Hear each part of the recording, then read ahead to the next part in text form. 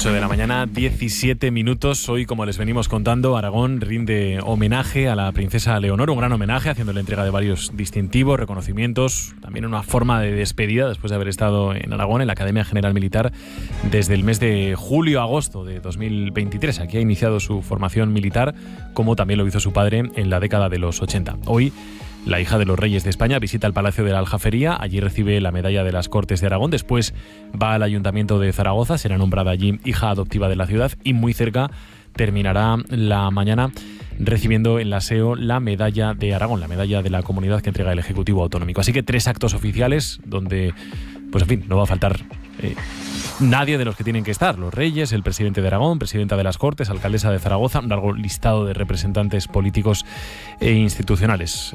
No va a faltar tampoco ni orden ni protocolo, que es lo que exige la ocasión.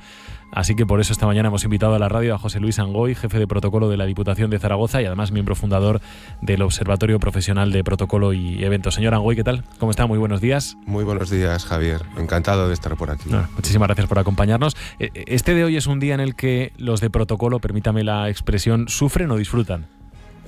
Ambas cosas.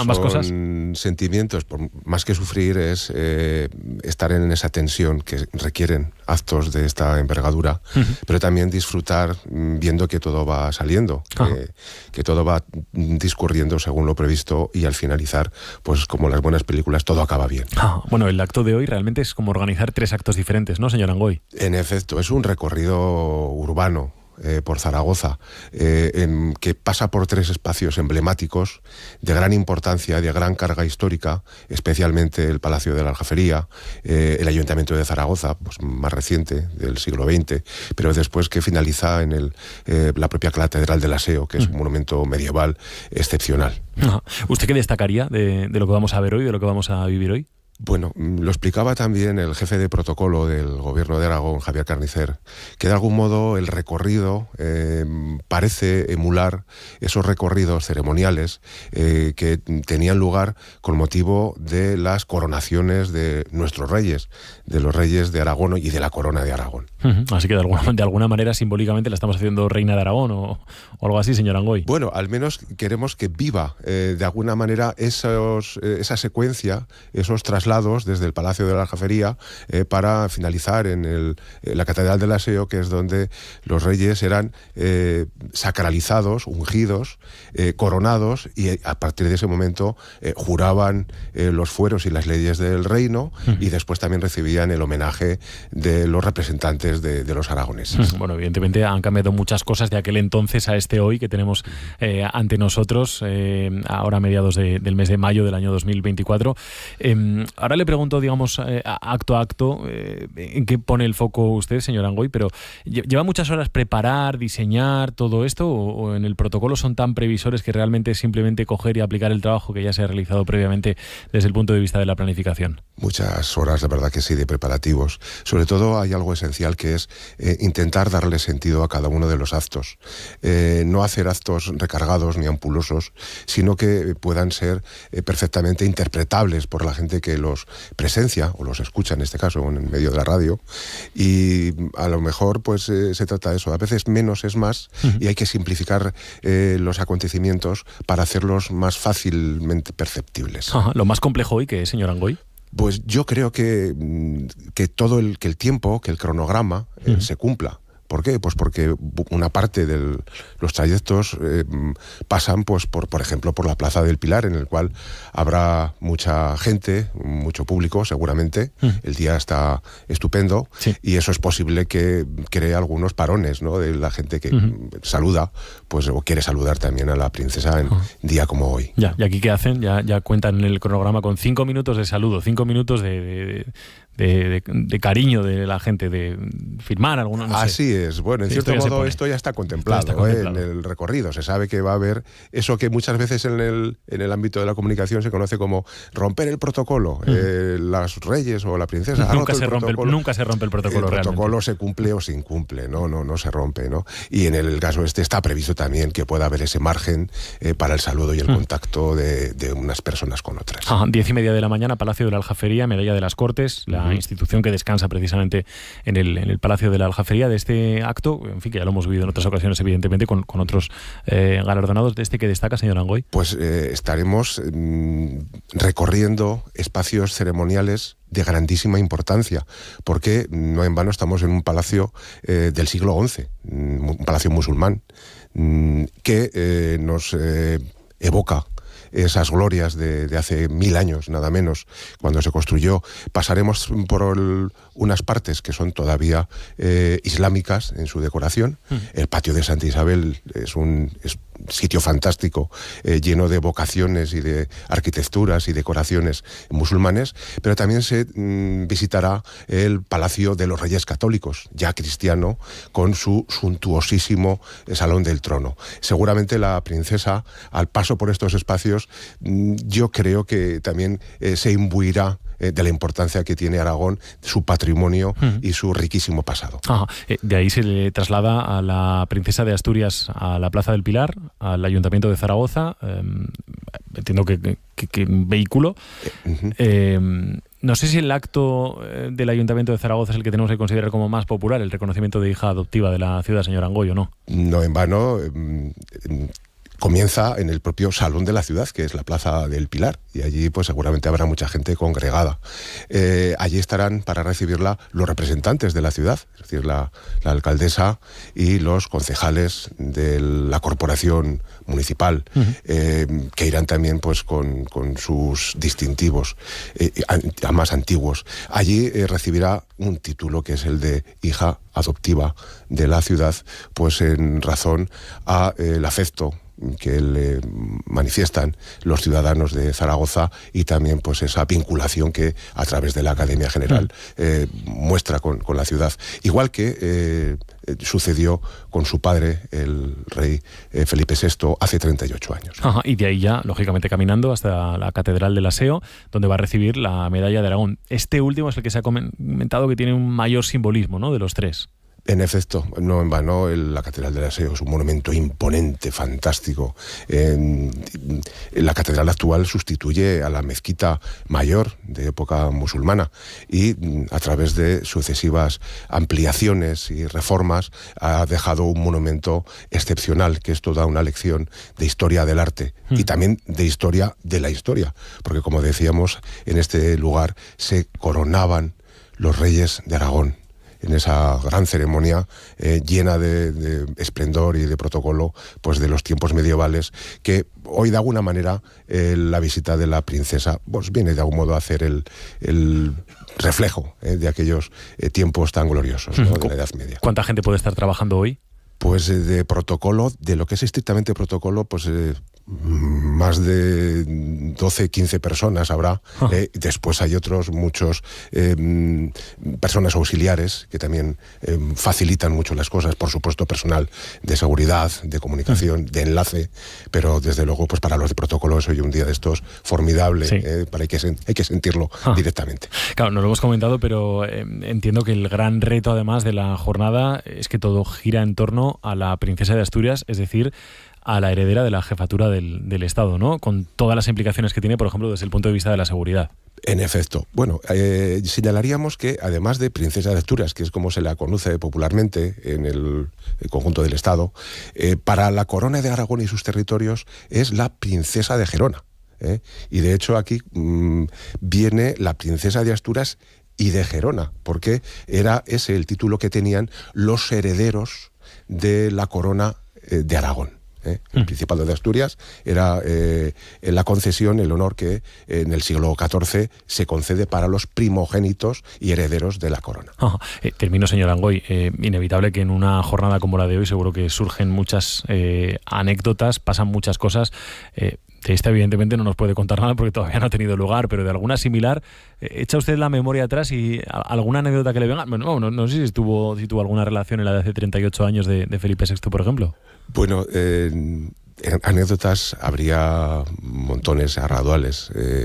Nos gustaría a todos ver el efecto que causa toda esta celebración de hoy en la princesa. Sabemos cómo fue en el caso de su padre, el entonces príncipe de Asturias. Los lugares son casi los mismos. Las Cortes de Aragón, el Ayuntamiento de Zaragoza, la SEO se incorpora esta vez con esa novedad de que nos traslada al lugar de las coronaciones reales. Y bueno, anécdotas seguro que viviremos muchas hoy, pero en aquel momento también se vivieron muchas, cuando el príncipe Felipe era cadete todavía de la Academia General Militar, como su hija hoy. ¿Tiene alguna puntada? Mis compañeros me dicen que es mejor mantener esto en un discreto silencio, pero desde luego que siempre pasan cosas, como decimos. Vale, ya veo que no nos quiere contar ninguna. Eso es que hubo alguna buena.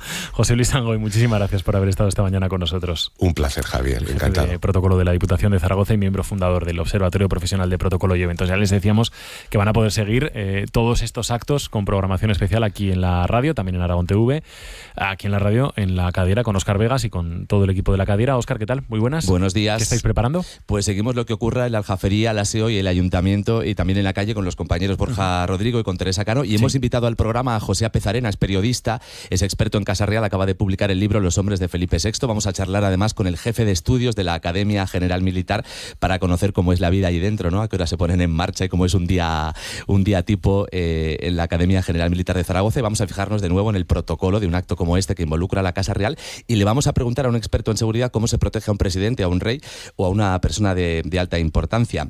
Hablamos también con Luz Gabás y con Soledad Puerto, las dos escritoras de la tierra que participan en un libro que se llama Cartas a una reina, que reúne las misivas de autores de diferentes sensibilidades.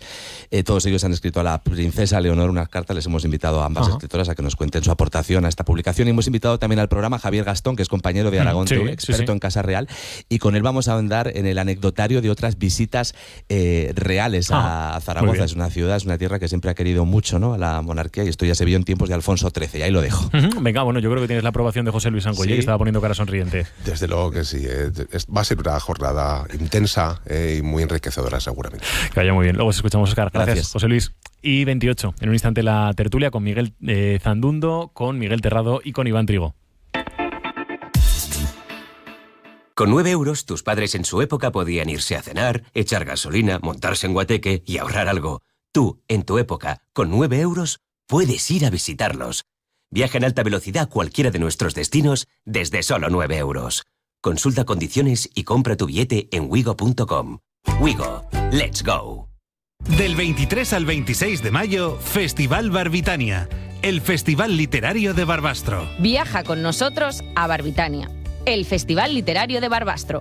4 días de libros, conversaciones y cultura, con entrada libre a todas las actividades. Este viernes te lo contamos todo en la Cadiera desde Barbastro. Del 23 al 26 de mayo, Festival Barbitania, el festival literario de Barbastro. Picture me upon your knee with tea for two and two for tea.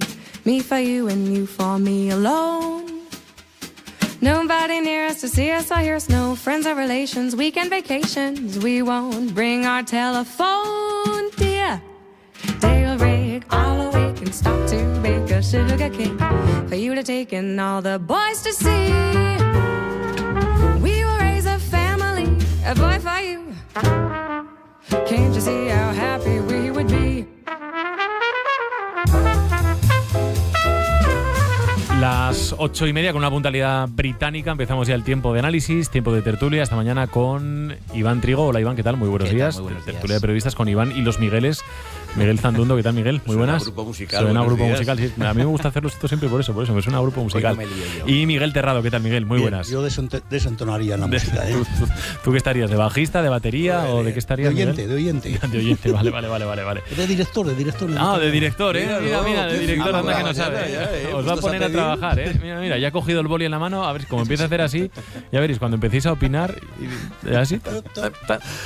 Esperanza con los mensajes de los oyentes en el 608-578-412. Hoy les preguntamos, claro, por el tema del día, ¿no? Por los reconocimientos a Leonor. Por las máximas distinciones de nuestra comunidad. Hemos repasado y seguiremos repasando con programación especial en esta casa, en Aragón Radio, lo que va a ser la entrega de los títulos, la medalla de oro de Aragón, la de las Cortes y el título de hija adoptiva de Zaragoza a la princesa Leonor. Y lo que queremos saber es cómo van a vivir nuestros oyentes, la ciudadanía, ese momento, sobre todo teniendo en cuenta esa hora clave, esas 11:15 de la mañana, que será cuando la heredera al trono sea recibida por la Corporación Municipal de Zaragoza en la Plaza del Pilar. Les preguntamos, oyentes, si serán de los que se desplazarán al centro de la capital para vivir ese momento o si lo seguirán en esta casa, en Aragón Radio, en Aragón Televisión. ¿Qué les parece que la princesa Leonor reciba hoy esas condecoraciones? O por otro lado, si recuerdan cuando fue su padre, el ahora rey Felipe VI, quien fue condecorado en Aragón allá por 1986. Oyentes, les leemos, les escuchamos. 608-578-400. 608-578-412. Por aquí vamos a empezar precisamente la tertulia, así que os pregunto, Miguel Zandundo, reconocimientos adecuados, necesarios, pertinentes, excesivos, justos, oportunos. Uy, Dios mío, qué difícil me lo has puesto, no me puedo dejar ninguno porque todos tienen su aquel. Quiero decir, yo creo que Aragón, Zaragoza, es una tierra especialmente agradecida con los suyos. Funcionó muy bien lo que en el año 86 se puso en marcha con la figura del rey, con ese reconocimiento. Siempre ha velado por Zaragoza, ha tenido a Zaragoza en la boca la Casa Real, siempre por multitud de acontecimientos. No nos ha ido mal. Yo creo que es un reconocimiento y una inversión a futuro. Me parece una actuación estratégicamente muy defendible. Es decir, no todas las ciudades pueden hacer esto. ¿Que nos lo podríamos haber ahorrado? Por supuesto, pero solo Zaragoza lo puede hacer porque hay una implicación y ya de tradición en la Casa Real, con su abuelo, con el emérito, con su padre, con el actual rey de España y ahora con la hija. Me parece que Zaragoza lo que hace es perpetuarse al lado de la corona con los máximos reconocimientos que tiene. No podía ser de otra manera. En Aragón, para reconocer, hay que reconocer en un estado de máximos, es decir, hacer la hija predilecta de la ciudad, la medalla de las Cortes, el entorno, como decía perfectamente José Luis Angoy, del aseo, que es donde se proclamaban los reyes en Aragón. Es que decir, es todo muy bonito. Prescindible, sí, pero desde luego yo creo que a veces nos tenemos que creer las cosas de lo que somos en Aragón. Aragón es pocas comunidades autónomas pueden hacer esto con la Casa Real, nosotros sí. Por un histórico. Entonces, oye, vamos a ponerlo en valor, vamos a disfrutarlo y vamos a hacerla, sin ella saberlo, aunque me consta que lo hará, convertirla en embajadora de Aragón. ¿Por qué no? No sabemos cómo nos va a ir. Tenemos que ser generosos y hay que invertir. Yo tengo en esto dos vertientes de mí mismo. Por un lado, a mí me da bastante apuro a nivel personal de este tipo de homenajes grandilocuentes. Me da algo de apuro, quiero decir. Leonor lleva ejerciendo como princesa de Asturias con total... con todos los honores y con todos los derechos desde el 31 de octubre del año pasado, desde que cumplió la mayoría de edad, y desde entonces ha hecho tanto como para ser merecedora de estos reconocimientos. Pues no lo sé. Lo hará. Ya veremos. Hay también que confiar. Hay reyes en los que confiamos muchos y después salieron como salieron. Entonces, bueno, a ver si nos vamos a arrepentir.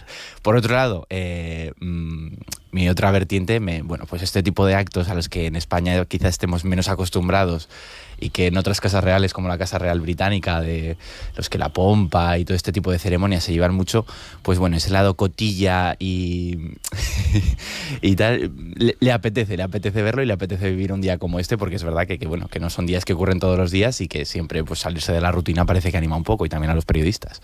Miguel Terrado. Bueno, yo también tengo esa dualidad. Yo creo que se podría haber esperado un poquito más. Una chica una persona, un futuro, si todo sigue igual en esta fórmula de gobierno de Estado que tenemos, pero en principio yo podría haber esperado un poco más. No le doy más importancia. Sí que me preocupa, entre comillas, es que se pueda asimilar siempre el concepto de que monarquía es igual a derecha y derecha igual a monarquía, cuando realmente esto no es así. Entonces ese llamamiento incluso de la alcaldesa a poner banderas españolas y demás, dices, bueno, yo creo que tiene que haber una... como diría yo, una sorpresa en cuanto que cada gente haga lo que considere pertinente. Pues espontaneidad, ¿no? Espontaneidad sería la palabra correcta. Gracias, Jesús. Javier. Exactamente. Esa sería... Ahí sí que me has elevado de categoría. Espontaneidad sería la palabra correcta y que cada uno a cual. Pero en principio, bueno, no le doy más ni menos y que, bueno, es un acto más. Es verdad que hay una connotación histórica, pero en ese detalle la historia a veces es para para cambiarla de vez en cuando. Al hilo, no sé si lo has hecho con intención o no, Javier, pero has mencionado una palabra que a mí me parece clave en estas últimas 48 horas, que es la espontaneidad. Es decir, el sábado asistimos en la Romareda a la final de la Copa de la Reina de Fútbol y esa espontaneidad llevó a pitar de forma vehemente el himno de España. No sé si fue muy espontáneo. No, esto ya lo comentábamos, esto ya casi está en el manual de la final de la Copa del Rey cada vez que juega el Barcelona o un equipo vasco, ¿no? Claro, pero que hay situaciones que no se producen. Entonces, claro, identificar, como dice Miguel, unas cosas con otras no hay que hacerlo, pero es que a veces nos llevan a hacerlo, porque si hay un equipo vasco o un equipo catalán, es muy proclive a que se pite el himno. ¿Qué hizo Macron en Francia hace unos años? Cuando se pitó el himno se paró el partido y se acabó el partido, no se jugó. A todos a casa y reflexionáis lo que habéis hecho, los mandó al rincón de pensar. Es decir, nosotros en España no estamos maduros para hacer eso aún, porque eso supondría un altercado de orden público. De momento. Ya, digo, pero supondría un altercado de orden público. A ver, ¿cómo desalojas la Romareda el sábado con 20.000 personas, con la fanzona a tope desde las 7 de la tarde, dándole todo el mundo a... Hombre, ¿cómo no podrías yo creo que no podrías desalojarlo, eso. Pero es que la espontaneidad a veces se da la vuelta, ¿eh? Bueno, sí que es verdad que los actos de hoy en Zaragoza, de alguna manera, nos ponen ante nosotros el debate o la reflexión de qué se espera, ¿no? De cuál es el papel, Miguel Terrado, que se le presupone a Leonor para los próximos años como heredera al trono, como futura, en principio, jefa de Estado. Pues yo creo que es lo que se le presupuso hoy, estoy un poco torpe, me parece, con las palabras, a su padre, ¿no? Al actual rey. La prepararán para llevar a cabo lo que será su proyección como posible jefa de Estado, y a partir de ahí yo creo que la preparación va a ser exquisita, porque es verdad que tenemos recursos, tenemos gente muy competente que la puede preparar muy bien en todos los términos intelectuales, personales y de desarrollo, y que no haya ningún lapsus. Pero en principio, tal como está la sociedad española y demás, yo creo que puede haber monarquía para largo tiempo, y tener una persona preparada indudablemente es lo mejor que podemos hacer como sociedad.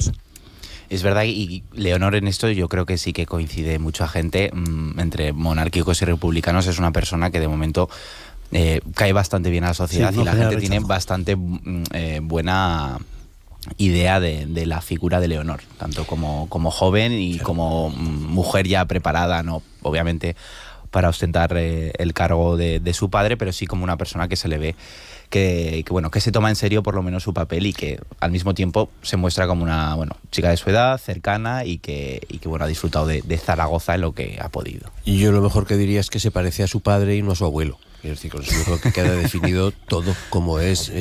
No estamos formando a una persona que pueda ser maniobrera o cosas así. Yo creo que tiene otros valores que se le inculcan desde la Casa Real, desde su madre especialmente. Está haciendo un celo profesional vehemente en que la formación sea estricta y se consiga proyectar la imagen que quieren, que es la misma que ha transmitido el rey de España. Ahora mismo incluso los detractores valoran de él el comportamiento, ¿no? Es decir, cómo adopta los problemas, cómo los afronta y cómo no tensa y cómo no da pie a pensar nada más, quizá porque ha tenido el espejo muy cerca y sabe que cuando das pie es susceptible de interpretarse mal las cosas.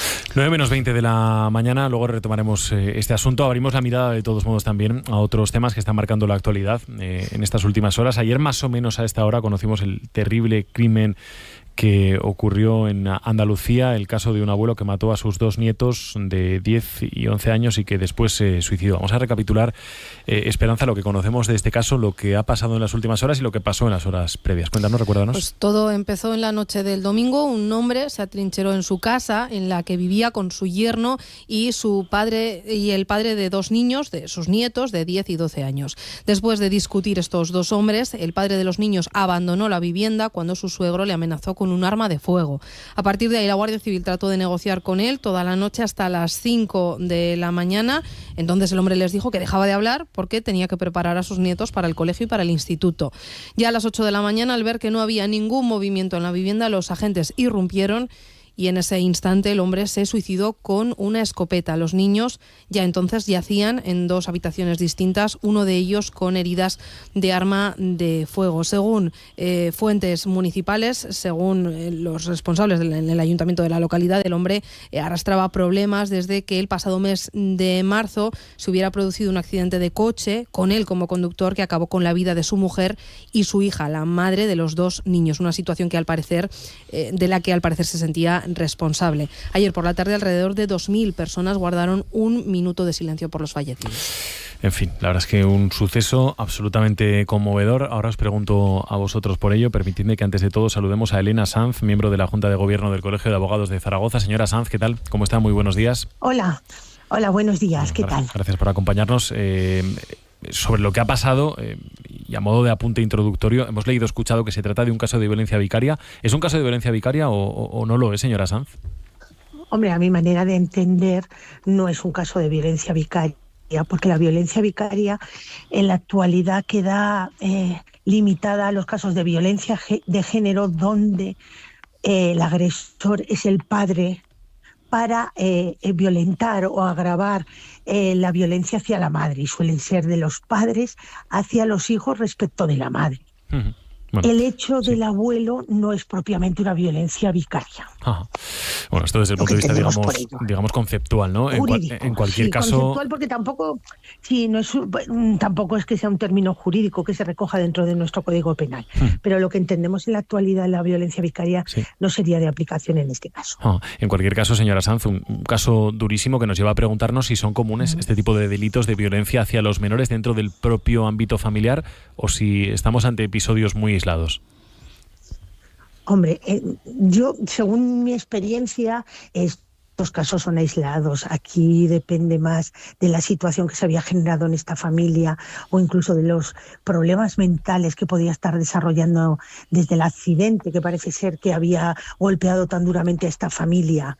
Pues más bien, en este caso, se circunscribe a una situación ya grave y trágica para esta familia que este señor no ha sabido gestionar, no se ha podido gestionar porque tampoco había pasado mucho tiempo desde el accidente y parece ser que está más atado a eso.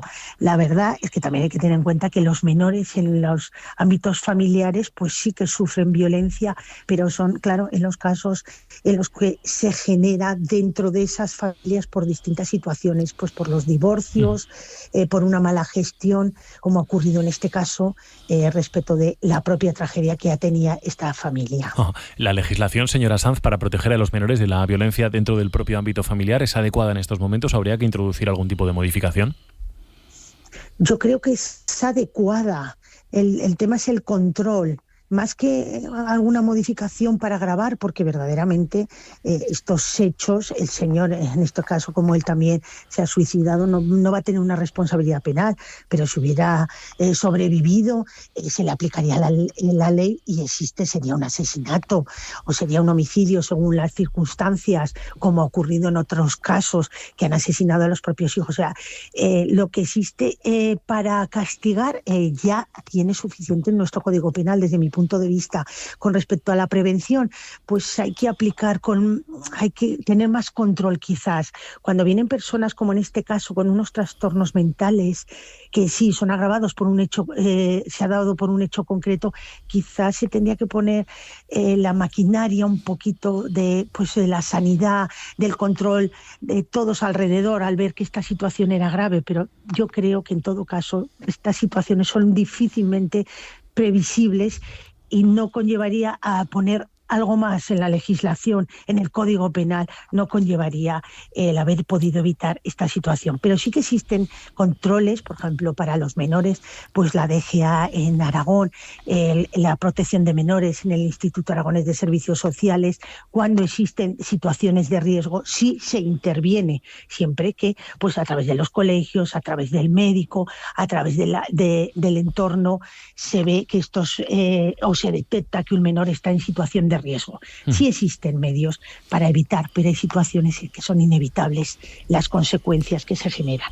Elena Sanz, muchísimas gracias por habernos acompañado y respondido a nuestras preguntas. Un saludo.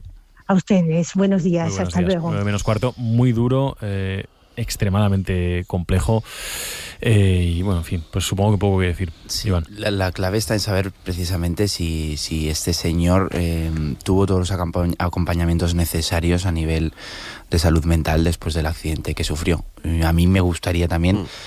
que por cierto, cuentan medios que parece que fue por una apnea, ¿no? Tenía apneas... se durmió al volante y se chocó contra un túnel conduciendo un coche en el que viajaban su mujer, su hija y los dos chavales. Fallecieron su mujer y su hija, quedaron con vida los dos pequeños y él. y ahora ya ninguno de los tres.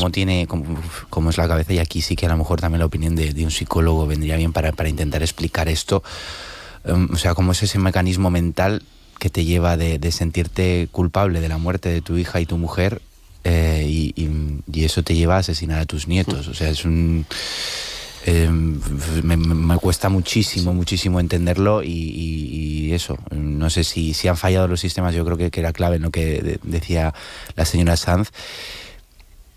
Casos como este son excepcionales, a veces son inevitables y como mucho saber si el seguimiento que se hizo de esa persona después de sufrir ese accidente por las consecuencias que le podía traer a nivel de salud mental han sido los adecuados, pero horrible. Yo soy de los que piensa que en situaciones de estas que son casi extremas hay que intentar evitar lo evitable para afrontar lo inevitable de la mejor manera. Y me explico, traducido para nuestros oyentes. Es decir, a este hombre se le prohíbe tener contacto exclusivo solitario con sus nietos. Por los motivos que sean, alguien lo detecta, ¿vale? Y se prohíbe tener ese contacto. ¿Por qué? Porque hay un sentimiento de culpa, como apunta ahora mismo Iván, probablemente por un homicidio involuntario, que es lo que causó por la apnea, en fin, justificado o no, un homicidio involuntario que se ha llevado por delante a su mujer, a su esposa y a su hija. Bastante pena tiene, quiero decir. Pero en cualquier caso, se prohíbe de los servicios sociales que mantengan contacto con sus nietos. A eso se suma una mala relación con su yerno, me imagino que desde la ira, desde la rabia, porque al final ha sido el padre el causante del fallecimiento de su esposa, cuando menos, ¿no? Bien, eso desemboca en un rifirrafe, en una riña que está mal solucionada por parte del padre de los niños, que abandona a los niños y los deja con una persona con la que no los podía dejar. Y dicho todo esto, ¿qué podía salir mal? Claro, es que estamos en una consecuencia lógica de una sucesión de hechos que no son muy defendibles. Entonces, pongámonos, cuando pedimos mucho que se articulen, que se pongan los mecanismos, vale, que se ponga todo, pero que se cumplan, porque desde luego si están los mecanismos y no se cumplen, poco podemos hacer. Es decir, el hombre, la sociedad, la situación le ha llevado a esto, que no tiene ninguna explicación ni tan siquiera con un brote psicótico. Es decir, no hay explicación posible. Pero es que al final, si uno se relaja y deja a los nietos con quien no los tiene que dejar, porque se ha enfadado con el abuelo, pues pasan estas cosas y no hay marcha atrás. No se trata de repetir lo que han dicho ya los demás, pero sí que me quedaría con lo que ha dicho la doctora, la abogada, que es el concepto de control. Indudablemente hay que hacerlo, pero también ha dicho que son problemas difícilmente previsibles. En este caso, por eso tú puedes hacer una estructura de desarrollo de lo que han sido los acontecimientos, como dice Miguel Zandundo, pero posiblemente no sea así, o lo es, no lo sé. Pero el control es necesario, pero también es muy difícil que sea previsible lo que podamos hacer. Por eso hay medidas, indudablemente. Ha nombrado también en los colegios, y yo puedo dar fe de que en los colegios se controla el grado de agresividad y situaciones que se puedan dar entre los alumnos y los padres. Tengo mi mujer y mi hija que son profesoras y estos detalles se los comentan en casa, ¿no? Pero me quedaría con eso. No hay explicación, es muy difícil. La mente trabaja en unos niveles que a veces es difícil. Posiblemente un psicólogo, un psiquiatra podría ayudar. Pero yo me quedo con esas dos palabras. Control, necesario, pero que también son problemas difícilmente previsibles. Pero hay que luchar contra ellos, ¿eh? Sí, y ahora hablando de previsibilidad,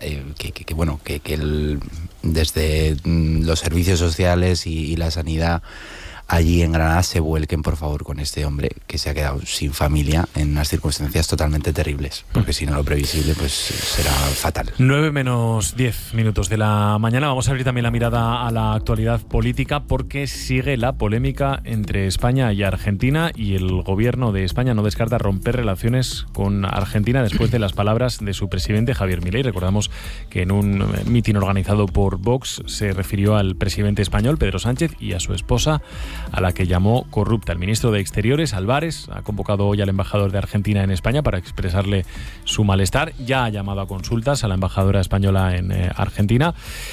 Y, en fin, mañana esperamos que Pedro Sánchez vuelva a abordar esta cuestión en el Congreso de los Diputados. Lo cierto es que el que ha vuelto a hablar esta pasada madrugada ha sido Milei, que ha dicho en una entrevista en el canal de televisión argentino Todo Noticias que el agredido es él, que Pedro Sánchez ha elevado a disputa entre dos países una cuestión personal y que lo hace fundamentalmente para obtener rédito político, rédito partidista de la polarización. Eso es lo que dice Milei.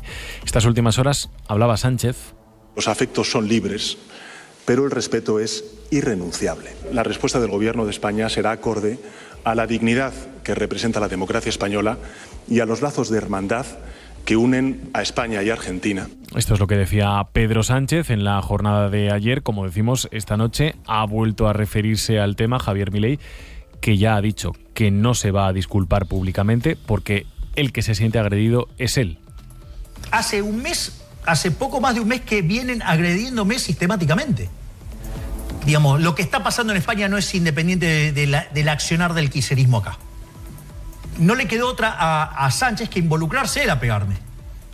¿Sí? Y también se sumó Zapatero. Más reacciones en este asunto. El Partido Popular dice que romper relaciones es exagerar, aunque coincide en que el discurso de Milei estuvo fuera de lugar. Esteban González Pons, vicesecretario institucional del PP en la COPE. El discurso de Milei de ayer es, desde luego, una intromisión en política nacional. No puede o no debe, en su primer viaje a España, remover la política nacional española. La mujer de Pedro Sánchez no es un asunto de Estado. Desde Vox, su portavoz en el Congreso, Pepa Millán, defiende a Milei. ¿Qué esperaban? ¿Que el presidente de Argentina se quedase callado después de que el gobierno de España le llamase drogadicto y la llamase fascista? Demasiado educado ha sido el presidente Milei. Y una reacción más, la del presidente de los empresarios, Antonio Garamendi. Los empresarios estuvieron reunidos con Milei el fin de semana. Garamendi considera que las palabras de Milei no son propias de países amigos. Rechazamos profundamente, ¿no? Es decir, unas declaraciones fuera de tono contra, en este caso, el presidente del gobierno, contra la mujer del presidente. No es el sitio ni el lugar, no es lo que se pide a dos países, en este caso amigos, hermanos. Bueno, ayer estuvimos ya analizando este asunto. No sé si veis proporcionada y adecuada la reacción del gobierno de España a las palabras de Milei. Bueno, van de pillo a pillo ahora mismo. Yo creo que es un buen momento para Sánchez para victimizarse con este asunto y que nos hable de Begoña y que nos hable de caso Coldo y que nos hable de casi nada de todo lo demás antes de las elecciones europeas, con lo cual le viene muy bien a Sánchez una vez más una treta de este estilo, un ardiz que le permite salir por una tangente que no se consideraba hace una semana, no estaba en el guión. Coincide que se han juntado un demagogo y un liante, entonces claro, el problema es que van de pillo a pillo, que a quién haces caso, ¿no? Es verdad que no es una cuestión de Estado. Milei parece empeñado en elevarlo de categoría y darle carácter de Estado y echar muerto a los de al lado, y mete a Zapatero también, a que mezcla con el kirchnerismo, con lo cual ya está haciendo una utilización en su país que le viene francamente bien a Milei. Y aquí en España pues estamos pendientes de lo que pasó, de cómo fue el relato, que esto lo pone en marcha un ministro que dice que se droga el otro, que es que claro, es que esto ha empezado así, eso no puede pasar como una broma. Además no se pide perdón al día siguiente. Hubo tiempo para rectificar esas declaraciones, no solo no se rectificaron, sino que se ratificaron, y a partir de ahí, pues bueno, un señor vestido de ministro es el que pone en marcha esto. Es que ya no se puede pedir más. Es decir, es verdad que Begoña no es Estado, no es el Estado, por mucho que Sánchez diga que se ha atentado a la dignidad del Estado, pues no es así, y que le duela reconocer que su mujer o su pareja puede estar involucrada en, bueno, le puede doler todo lo que quiera, pero es que la Fiscalía está investigando eso es la realidad. Veremos en qué queda, también quiero decir que es que no estamos condenando a nadie, ni Milei ha condenado a nadie tampoco, pero sí que es verdad que parece que molesta el solo hecho. Fíjense si molesta que una semana antes el presidente se cogió 5 días de fiesta para reflexionar sobre todo esto. Es decir, yo creo que es más grave, pero no es un tema de Estado, ni mucho menos. Bueno, de momento la señora Gómez no tiene ninguna causa abierta por estas cuestiones. No está siendo investigada, sin más. Pero no tiene causas abiertas, quiero decir. Coincido contigo, eso sí, en que esto al señor Sánchez le viene muy bien. O sea, yo creo que cuando se enteró que Milei venía a un mitin de Vox, se puso a aplaudir con las orejas. Porque y viene a otro el día 21. Pues le viene estupendamente. Y también le digo al señor Sánchez que esto de azuzar a los votantes con el miedo de la ultraderecha no va a funcionar siempre. Pero obviamente entiendo que a veces le funcione, porque a mí escuchar al señor Milei el otro día me dio pavor. O sea, que este señor sea el presidente, a ver si voy a generar yo también algún tipo de conflicto aquí, pero que este señor sea el presidente de la República Argentina, cuando empezó su discurso cantando no sé qué de los zurdos, más allá de su ideología, él es también un cargo institucional que también representa, le guste o no, a los zurdos de su país. De verdad, escuchándole a mí se me ponían los pelos de punta. ¿Quién ha empezado todo esto? Pues estoy de acuerdo también en que el señor Puente lo hizo mal y que tendría que haber pedido disculpas y ya está. Que el señor Milei se hubiera mordido la boca si el señor Puente no hubiera dicho nada. No, tampoco estoy convencido de que hubiera venido aquí el señor Milei y hubiera dicho cualquier barbaridad de las que ha dicho y alguna más. Y luego un apunte más, me sorprende la ultraderecha en este país que sea capaz de ir a un mitin en el que está el señor Milei, que es un ultraliberal que defiende el mercado libre por encima de todo y la desaparición del Estado, y aplaudan al mismo tiempo a una señora como Marine Le Pen, que es una proteccionista que aboga por el cierre de fronteras y el cierre del comercio, el proteccionismo de los productos de Francia, que no puedan pasar productos de otros países a su país, y aplaudan todos esos discursos como si todos estuvieran diciendo lo mismo, solamente porque están aplaudiendo al final un mensaje de odio hacia el diferente, que es lo único que parece que vale, porque ahí cada uno decía una cosa muy diferente y todos aplaudían. Y al final era todo tan incongruente que yo me quedé también preocupado por ese lado, por decir, pero esta gente está escuchando lo que está diciendo los demás. ¿Esta gente se va a poner de acuerdo para gobernar Europa si tiene una mayoría? Si cada uno dice una cosa totalmente diferente. Y lo dicen además. Me quedo con lo último que dice Iván, esa preocupación que el 99% de la gente que estuvo en ese mitin mayoritario era gente española, ¿no? De España. Que asuman y que absorban ese discurso y esos planteamientos sí que es preocupante, ¿no?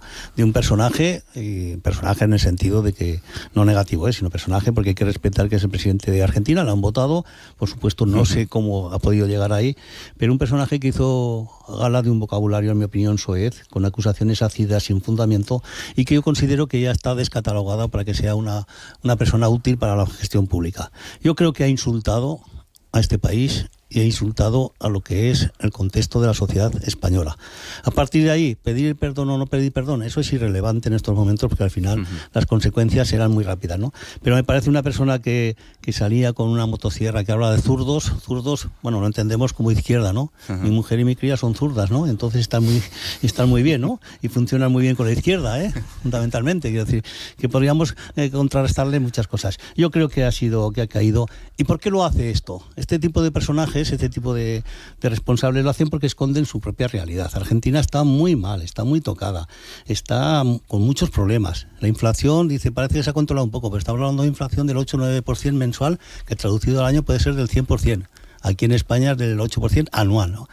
Tiene un recurso importante que es la carne, pero cuyas exportaciones ya no cubren las necesidades económicas. Se hablaba también de la cuestión económica. Nadie ya negocia con Argentina porque no tiene capacidad para gestionar sus recursos económicos, no tiene viabilidad económica, no tiene garantías.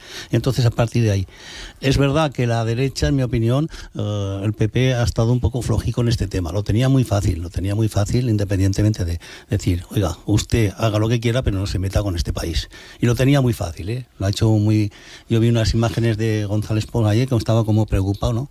Pero yo creo que realmente no ha calado ese mensaje de apoyo a lo que es el país por parte del Partido Popular. Pero en fin, ellos lo verán. Insisto, vocabulario soez, en mi opinión, sin argumentos y poco representativo de lo que debe ser el presidente de un país. Ojo, que este presidente ya ha puesto a bajar de un burro a todos, que no somos la excepción en España, incluido al Papa. O sea que, yo creo que ahí lo que como venga con la motosierra nos deja a todos ya. Como dice Miguel, yo creo que ayer la postura del Partido Popular hasta el mediodía quedó en entredicho, y de ahí que se articulara vía urgencia una entrevista de Feijóo por la noche en Canal de Televisión Nacional en abierto para intentar fijar postura, porque estaba quedando el PP muy movido en esta foto, y es una foto en la que no se puede dudar. Quiero decir, el posicionamiento además ya era muy fácil, es decir, verlo desde fuera. Se ha empezado a hablar, creo que tarde, de la pinza que había entre Vox y Sánchez contra Feijóo, y esa pinza yo creo que el Partido Popular tendría que explotar. Y que luego no nos olvidemos, hay dirigentes del Partido Popular que han mostrado su apoyo a Milei, como ha sido Ayuso, que ha dedicado palabras muy bonitas antes de que pasara todo esto, sí,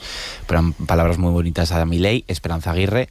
Pero claro, para ellos como dirigentes del Partido Popular, verles un mitin de Vox también tienen ahí sus contradicciones. Sí, pero estamos hablando de peones, porque al final la postura del Partido Popular la fija el presidente nacional del Partido Popular, que es el que la fijó ayer por la noche, y todos los partidos tienen un verso suelto. A ver si Lambán y Paje no son versos... Bueno, o varios, quiero decir. Lambán y Paje son versos sueltos todos los días, ¿no? Y no pasa nada, pero quiero decir... Está bien que se haga así. Seguimos ahora mismo con la tertulia, con Miguel Terrado, con Miguel Zandundo y con Iván Trigo, pero son las 9 de la mañana.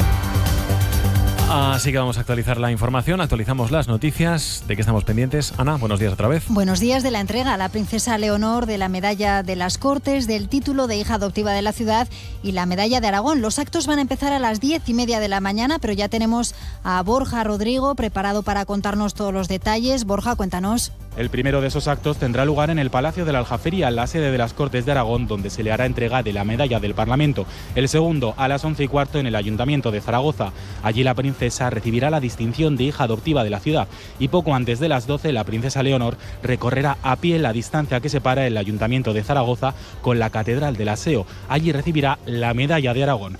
3 actos oficiales en poco más de 2 horas, en una mañana muy intensa y que comienza a esta hora en la Plaza del Pilar. Aquí un intenso dispositivo de seguridad para controlar que todo sale bien en uno de los días más importantes de Leonor de Borbón. Aquí en Aragón Radio hemos hablado esta mañana con el jefe de protocolo de la Diputación de Zaragoza, es miembro fundador del Observatorio Profesional de Protocolo y Eventos, José Luis Angoy. Nos decía que lo más complicado hoy será esto.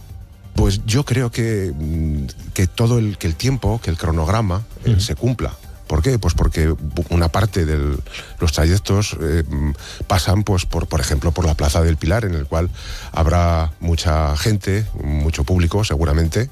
El día está estupendo y eso es posible que cree algunos parones, ¿no? De la gente que saluda, pues o quiere saludar también a la princesa en día como hoy. Por lo demás, hoy se celebra en la Casa Museo del Padre Saturnino López Novoa el 8º Café del Comercio de la Asociación de Empresarios de Comercio y Servicios de Huesca. Carlos Pérez.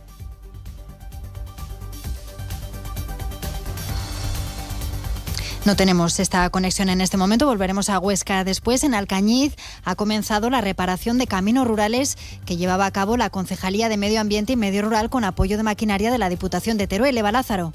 En una primera fase se nivelarán y bachearán los caminos de la zona de la Estanca, del Plano, parte de la Mangranera, el camino del Puente de la Alberta y los 2 caminos principales de Puigmoreno y Valmuel. Estos trabajos se van a desarrollar durante algo más de un mes, para lo que se contará con una motoniveladora y un rulo del parque de maquinaria de la Diputación. El personal lo aporta la empresa Traxa y el Ayuntamiento de Alcañiz destina 30.000 euros. En una segunda fase se acometerán fresados y asfaltados de camino y a la vez que comienzan estos trabajos se están redactando ya los pliegos para llevar a cabo un plan de asfaltado dotado con 90.000 euros. El término municipal de Alcañiz tiene más de 1.000 kilómetros de vías de comunicación entre caminos, carreteras y calles. Decíamos que en Huesca hoy se celebra el 8º Café del Comercio de la Asociación de Empresarios de Comercio y Servicios. Carlos Pérez.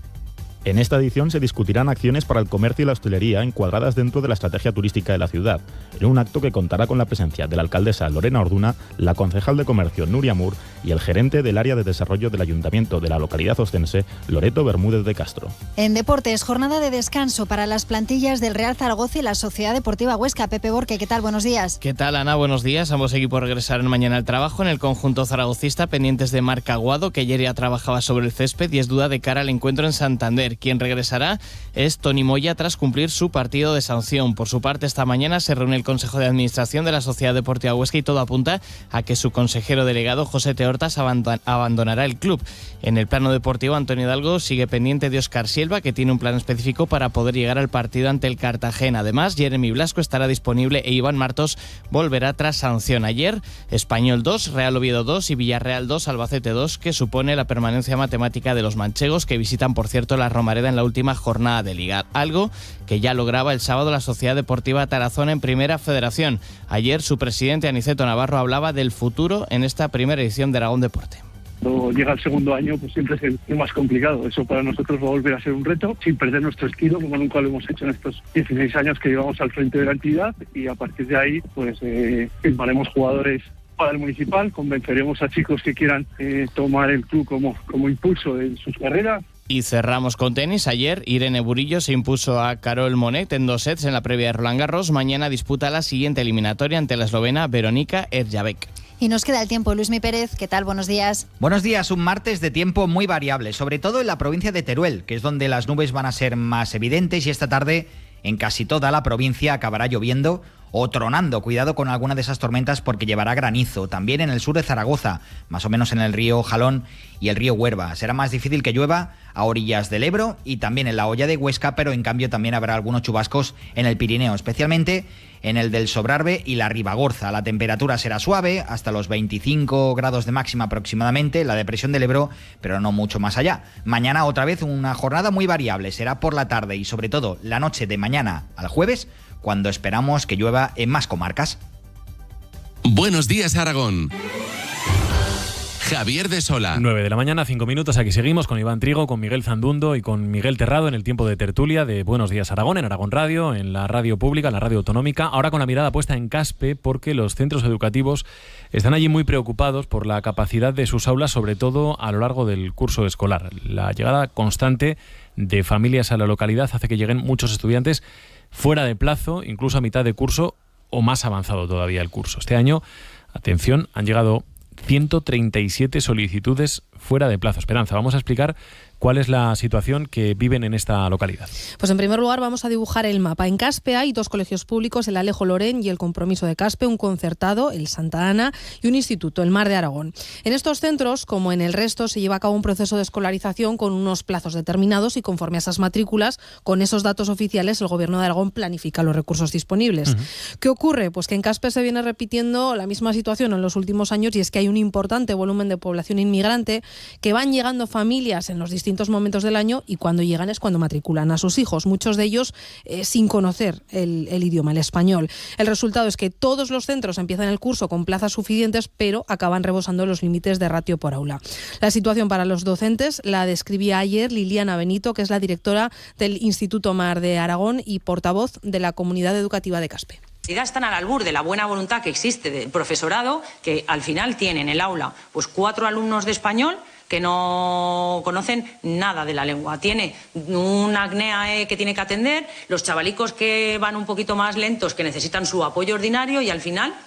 Y los demás que van bien, que tampoco tienen la atención que necesitan. Y por eso piden apoyo al Departamento de Educación, una programación de escolarización y recursos que se ajusten a sus demandas. Con este fin se ha convocado una concentración el próximo lunes 27 de mayo en la localidad. Esto es lo que dicen en Caspe. ¿Qué es lo que dice el Departamento de Educación? Pues reconocen este problema estructural que dicen tiene difícil solución porque nunca saben cuántos jóvenes van a llegar durante el curso escolar. De momento explican que en centros con este tipo de escolarizaciones tardías ya cuentan con un programa de apoyo y refuerzo educativo, y para el curso que viene dicen que están trabajando en ampliar los recursos disponibles. En Caspe aseguran que habrá más plazas de refuerzo de español desde el 1 de septiembre. Escuchamos a Luis Mayada, director general de Planificación. Una de las preocupaciones que tenían o que tienen los centros educativos es que estas aulas de español sean efectivas en septiembre. Y es el compromiso al que hemos llegado, que a partir de septiembre estén activadas y que los chavales que vayan llegando o los que estén ya pues puedan recibir esa formación. Sobre cada 12 alumnos ponemos unos recursos determinados en torno a entre 7 y 9 horas. Este es el compromiso ya realizado. Incluso valoran desde Educación en el futuro crear un nuevo centro educativo. Por dar algunos datos más, solo en la provincia de Zaragoza se han recibido en lo que llevamos de curso 9.000 solicitudes de escolarización fuera de plazo, unas 3.000 más que el curso anterior, y de ellas, ya lo hemos dicho, 137 en Caspe. Otras zonas demandadas son Tarazona, Egea de los Caballeros, Calatayud y Cuarto. Bueno, pues gracias, Esperanza. Voy ahora mismo con vosotros, pero permitidme que saludemos a Ana Belén Labodia, la directora del Colegio Público Alejo Lorén de Caspe. Señora Labodia, ¿qué tal? ¿Cómo está? Muy buenos días. Hola, buenos días. Bueno, creo que estaba escuchando la fotografía que realizábamos, que viene a ser una réplica de la que nos han ido dibujando ustedes estos últimos días. En el caso de su centro, ¿cuántos alumnos se han incorporado a lo largo del curso escolar, digamos, fuera de plazo? Este año hemos tenido 45 matrículas fuera de plazo. El año pasado fueron 61. 45 este año, 61 el año pasado. Sí. ¿Esto qué implica desde el punto de vista organizativo del centro y qué implica desde el punto de vista educativo, desde el punto de vista de la enseñanza y el aprendizaje? Pues desde el punto de vista organizativo hace complicada la gestión porque nunca sabes, como bien decíais, cuándo van a llegar ni cuántos. Entonces tú organizas el curso al principio, los horarios, los grupos, con los datos que tenemos en septiembre, y luego pues sufren constantes modificaciones, tanto los horarios como la organización del centro, para atender a estos alumnos, porque además de que sean fuera de plazo, la característica principal cuando vienen es el desconocimiento total del idioma. En el 95% de los casos, tanto de ellos como de las familias. Entonces esto implica un sistema de acogida al centro para que se sientan relativamente acogidos dentro de los medios que tenemos. Entonces, a medida que va aumentando el número de matrículas fuera de plazo, pues esa organización se tiene que ir adaptando a lo que nos va pasando a lo largo del curso. Ajá, y llega un chaval que a priori debería ir a cuarto de primaria, llega al centro, no tiene ni idea de español, ¿y qué pasa con ese chaval? Pues mira, un chaval que llega, por ejemplo, en cuarto de primaria, lo que depende si llega en el primer trimestre o en el segundo, se puede hacer lo que se llama una flexibilización, que previa valoración del equipo de orientación puede escolarizarse un año por debajo. Que esto lo único que nos ofrece es luego un poco de flexibilidad, porque si repite, pues tiene un año más en el centro para pues coger un poquito más de bagaje de español y curricular.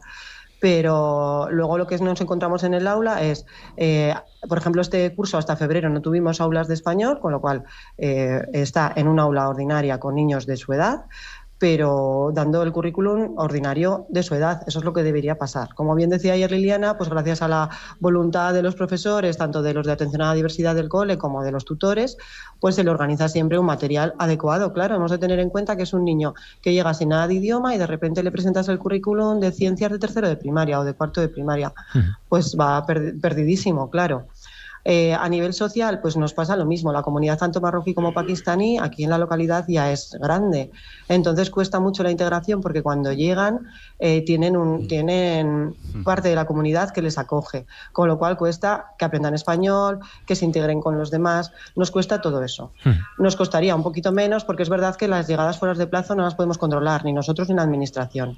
Pero sí que necesitamos recursos que nos ayuden a responder tanto a la llegada fuera de plazo como a los que ya están aquí, porque no nos podemos olvidar que un niño que lleva aquí un año o año y medio, que ha llegado con edad de cuarto, pues efectivamente sigue sin estar preparado para responder curricularmente a la situación en la que está. Ajá. ¿Qué soluciones hay? Pues soluciones efectivas. Yo siempre digo que la realidad no es una realidad educativa, es una realidad social de la zona y necesita intervenciones a nivel global. En los colegios, desde luego, necesitamos personal a 1 de septiembre. Actualmente, tal y como está en normativa, ya se ha llegado en las instrucciones, las aulas de español, el programa Aulas de Español, en septiembre se hacen las previsiones y luego lo pides y luego, bueno, la solución de eso, la resolución de todo eso es que los recursos llegan en febrero. Este año, por ejemplo. Entonces, nosotros lo que pedimos es tener dentro de nuestro cupo, dentro del profesorado que llega aquí el 1 de septiembre, ya previstos al menos los profesores necesarios para atender a los que ya tenemos. Luego veremos qué pasa con los que van llegando, porque eso es más difícil de prever, pero al menos con los que tenemos. Y luego, el otro problema que tenemos dentro de la localidad es que con un crecimiento de población exponencial, como hemos tenido los últimos 10 años, no tenemos espacio en los coles. O sea, yo puedo estar pidiendo 2 o 3 profesores de español, que es que luego no tengo dónde colocarlos dentro del colegio. Entonces necesitamos las dos cosas. Por un lado, una línea integral o sea, por un lado los apoyos dentro de los coles, por otro lado espacios para poder llevar a cabo esos apoyos. Y por otro lado también pedimos un programa experimental, piloto, de inmersión lingüística en español, porque los alumnos que realmente llevan aquí un año, año y medio, ya no los que acaban de llegar, tampoco son capaces de afrontar con éxito ni una primaria, ni mucho menos cuando llegan en edad de secundaria. Entonces necesitamos, con las características de la zona, un pensamiento global que nos articule un poco todas estas necesidades.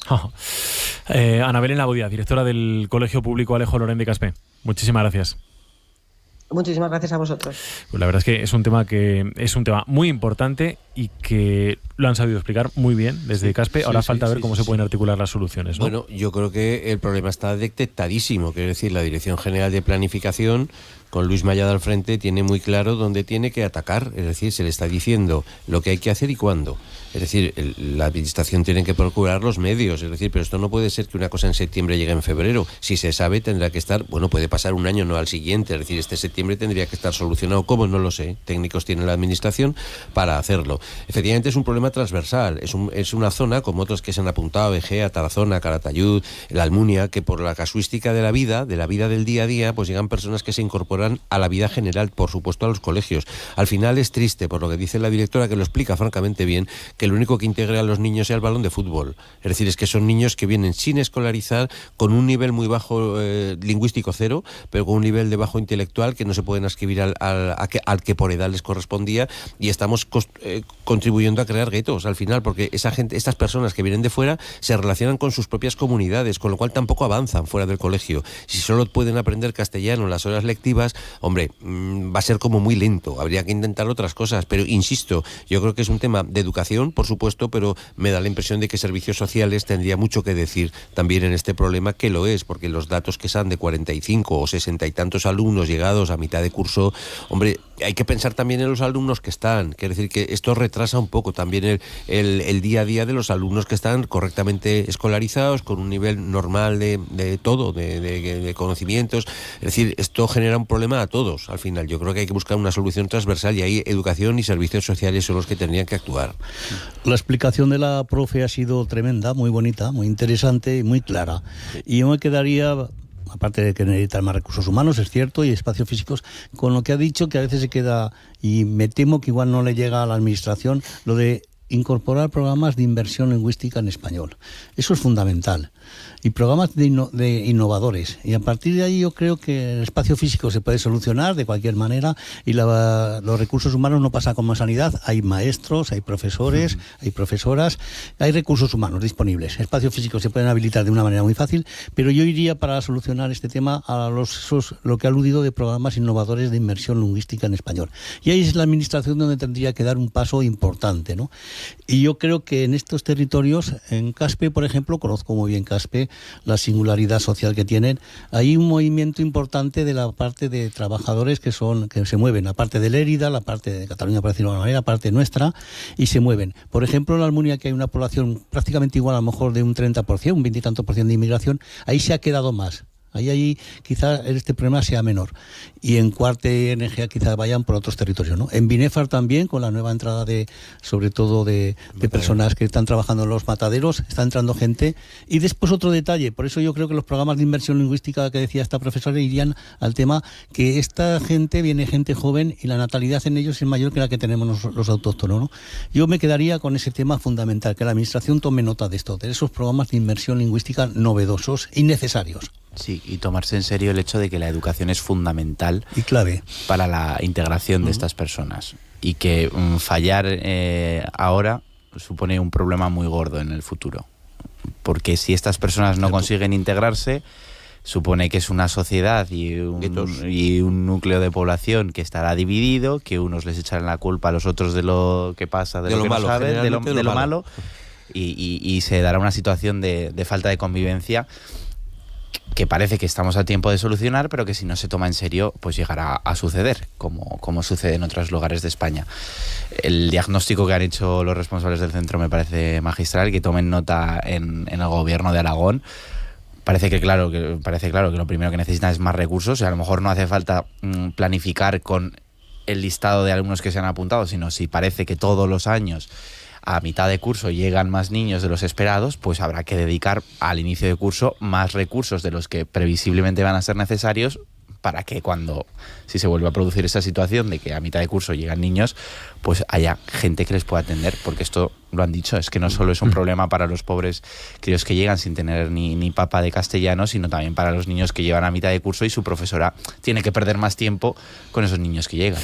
Antes de que terminemos, 9 y 18, un asunto más, volviendo a poner la mirada en el plano internacional, y es que ayer resultó muy llamativo, ¿no?, la decisión del fiscal jefe de la Corte Penal Internacional de pedir órdenes de detención contra 3 líderes de Hamás y también contra el primer ministro de Israel y su ministro de Defensa. Les acusa a todos de crímenes de guerra y crímenes contra la humanidad por los atentados del 7 de octubre contra Israel y por la posterior guerra en Gaza. Lo anunciaba, lo explicaba el fiscal en una entrevista exclusiva con la CNN, y después se confirmaba en un comunicado emitido por el Tribunal Penal Internacional. Así que ahora estamos a la espera de que los jueces del tribunal, que tiene sede en La Haya, decidan si aprueban o no esa solicitud del fiscal general, que no ha gustado ni a los líderes de Hamás ni tampoco a los mandatarios israelíes.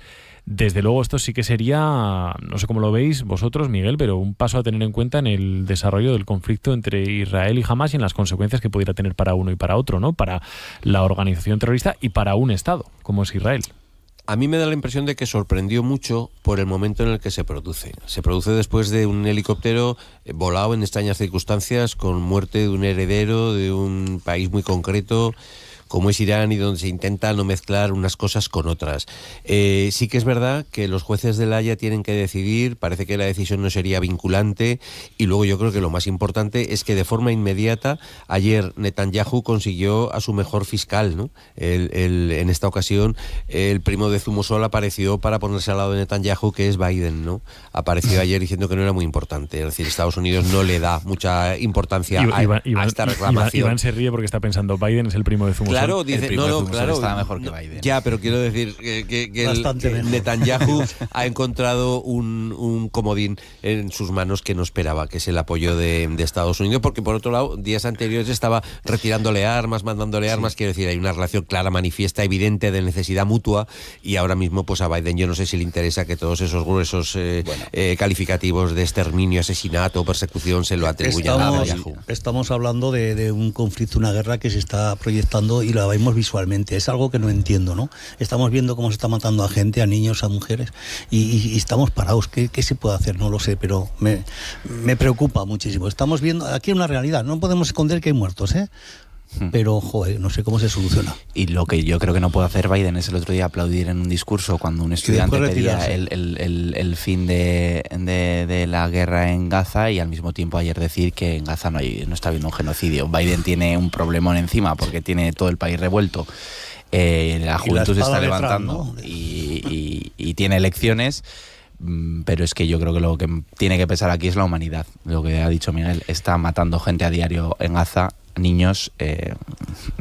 Me parece bien la orden de detención también, es decir, sí, apunte. Yo solo un matiz, que es que en la guerra lo que principalmente mueren son militares. Es decir, lo que pasa es que en las televisiones no sacan mujeres y niños, pero en la guerra, en esta como en todas, lo que más mueren son militares. Pero es que esto no es una guerra. Esto no es una guerra. Yo digo, bueno, es una guerra. La aquí guerra, no mueren hay militares. Aquí mueren hay militares que mueren también. Y civiles. Y vamos, yo es que, insisto, la manipulación, las guerras al final se ganan en los medios ahora mismo. De la guerra se transmite lo que la mayor parte de los mandatarios quieren que se transmita. Y de hecho solo estamos viendo imágenes todos los días clonadas unas con otras. Es decir, no estamos viendo la guerra. Estamos viendo lo que quieren enseñar cada parte. Que día tras otro se repite lo mismo, que son bombardeos de población civil. Eso es la pena.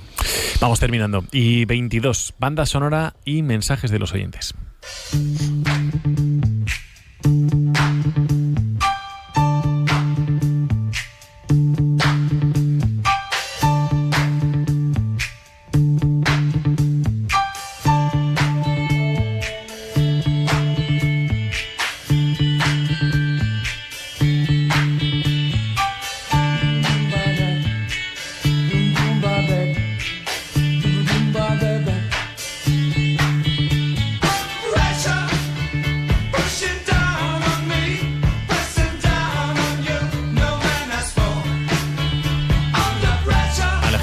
Iván Trigo. Iván, ¿qué has elegido y por qué lo has elegido? Pues bueno, una canción de Queen, hoy que estamos hablando de la princesa, de la futura reina, y Under Pressure además, pues porque me imagino que hoy Leonor, una niña, al final una chica de 18 años, sentirá bastante presión, no solo por todo lo que tiene que hacer y decir hoy, sino también el peso de la historia, porque como ha dicho antes José Luis Angoy, casi le íbamos a coronar como reina de Aragón, donde se coronaba a los reyes de Aragón, y yo no sé si los reyes del pasado, al ver a una Borbón en la catedral de San Salvador siendo coronada, también considera mucha presión hoy para una joven, y bueno, pues ánimo en el día de hoy.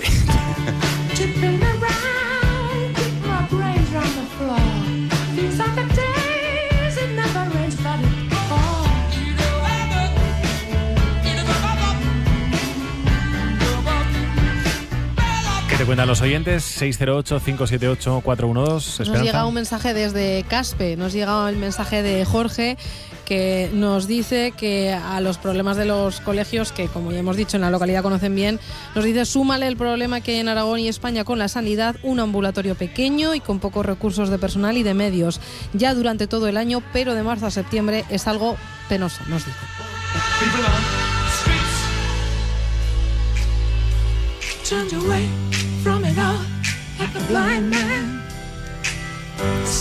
Pues aquí vamos a dejar la tertulia. Tengan ustedes. Bueno, hombre, sí, claro. Yo lo había acertado. ¿Sabes que no lo pillé ayer cuando me lo explicaste?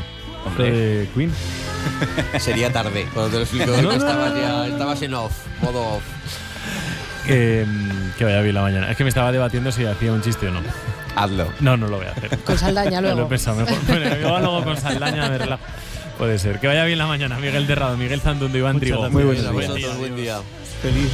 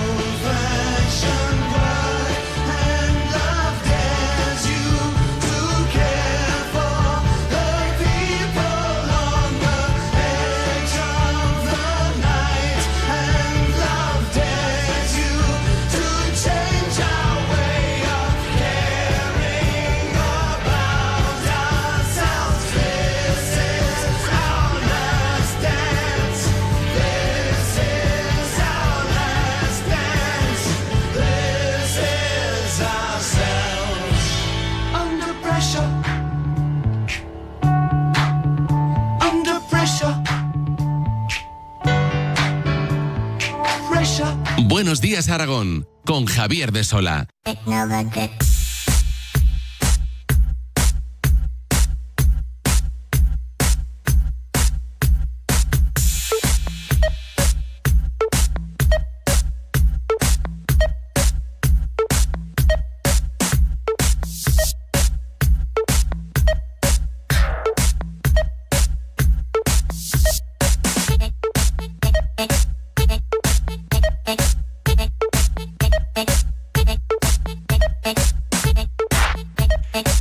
9 de la mañana, 26 minutos. Ya está por aquí nuestro tecnólogo, Román Abadías. Hola, Román, ¿qué tal? Muy buenas. ¿Qué tal? Buenos días, Javier. Bueno, y a todos los humanos detrás de las ondas. Eso, a todos los humanos detrás de las ondas, que no se te olvide decirlo. No, se me olvida. Ha estado Román últimamente mucho de viaje.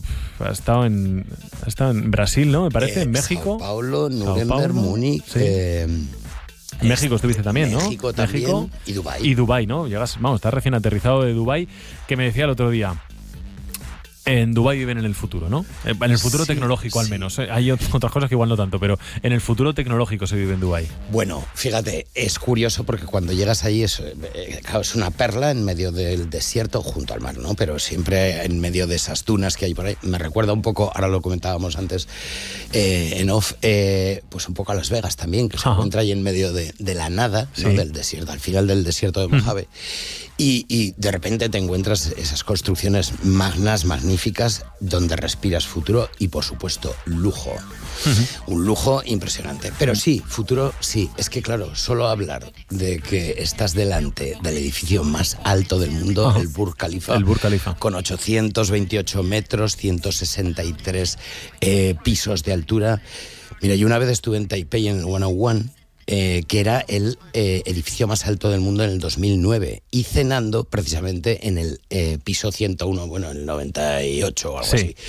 Y resulta que había un tifón sobre la ciudad. No me digas. Sí. Y entonces me recordaré toda la vida que te echaban el vino en la copa y estaba solo, igual que un buen catador de vino, pues ahí automáticamente. Y es que, claro, esas construcciones, ya solo hablar de semejantes moles, pues claro, la tecnología que hay detrás de esto es futuro como nada. ¿En el Burj Khalifa también has cenado en la última planta? No, mira, no. He cenado justo enfrente, pero no arriba, porque para subir allí, bueno, pues las colas eran monstruosas y las reservas tenían que hacerse con meses. Pero fíjate, allí, hablando del futuro, recordaba, digo, bueno, vamos a ver qué le cuento a Javier, ¿no? De ese futuro. Hemos ido a un congreso mundial de misión crítica, que es la tecnología que hacemos nosotros en Teltronic, y este año se celebraba allí, el año pasado Helsinki, anterior Viena, bueno, pues este año en Dubái, que por cierto nos han dado el premio al mejor sistema del año, al mejor diseño del año a nosotros, Teltronic, desde aquí de España, que se vende en todo el mundo. No, la verdad es que una gozada, ha sido muy bonito eso. Y bueno, y esto se celebraba en el Dubai Trade Center, en el World Trade Center de Dubái. Y ahí recuerdo que el primer día, cuando aterrizo allí, voy paseando por mi stand y el resto de stands para visitarlos del mundo este de la misión crítica. empiezo a encontrarme por en medio del camino un robotito. Un robot pues que te ofrecía información del stand que tenía al lado. Digo, bueno, y qué curioso esta gente, han traído un robot, fíjate. Pero es que 5 minutos más tarde me encuentro otro robot diferente que me estaba ofreciendo, pues robot, aspecto humanoide, los brazos, moviendo los brazos, que te habla, te mira, te girabas y te seguía y él te giraba la cara. Y 10 minutos más tarde me encuentro un tercer robot. Digo, oye, ¿qué pasa con esta feria? A ver si voy a ser el único humano yo, ¿no? A ver si me he equivocado. El único humano. Digo, ¿qué pasa con esta feria hoy? Y es que resulta que en el hall del World Trade Center de Dubái hay una tienda, claro, lo descubrí luego al salir a comer, hay una tienda donde hay, pues, ¿qué te diría? Pues 7, 8, pues casi 10 tipos distintos de robot que se alquilan para los eventos que hacen en el World Trade Center. Qué bueno. Pues eso, ahí ya estás rozando un futuro que no ves en ningún sitio. Ajá. Pero si te digo la verdad, no me puedo quitar de la cabeza los viajes unos cuantos viajes que tuve que hacer a la verdadera ciudad del futuro, que es así como se tilda en el mundo. Hay una verdadera ciudad del futuro. Sí, ¿Y dónde está? Y es así. Y cualquiera que busque, los radio oyentes que busquen por internet, es Shenzhen y se encuentra en China. Está a unos 30 kilómetros de Hong Kong. Y ahí por temas de trabajo también, pues tuve que hacer 5 o 6 viajes durante un par de años, y ahí realmente sí que saboreas el futuro. De hecho, en el segundo libro mío de divulgación científica, Aporía, hay un capítulo que se titula Yo he visto el futuro, vengo de allí. Ajá.